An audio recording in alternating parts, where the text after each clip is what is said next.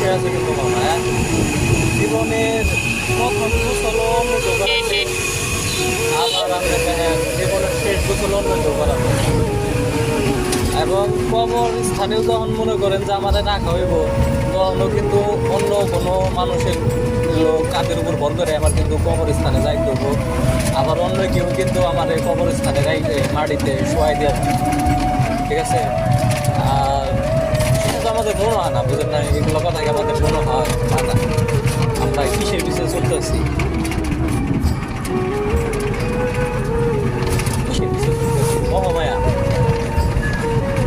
একদম মিথ্যা মিথ্যা আমাদের জীবনে কোনো মনে করবে একদম মিথ্যাই কাটতেছে। উদ্দেশ্য নাই, উদ্দেশ্য আমাদের জীবন। উদ্দেশ্য কি? টাকা ইনকাম করবো, খাবো, চলে যাবো, এটাই। একটা মানুষের জীবনের কি এটা উদ্দেশ্য হতে পারে? কখনোই। মানে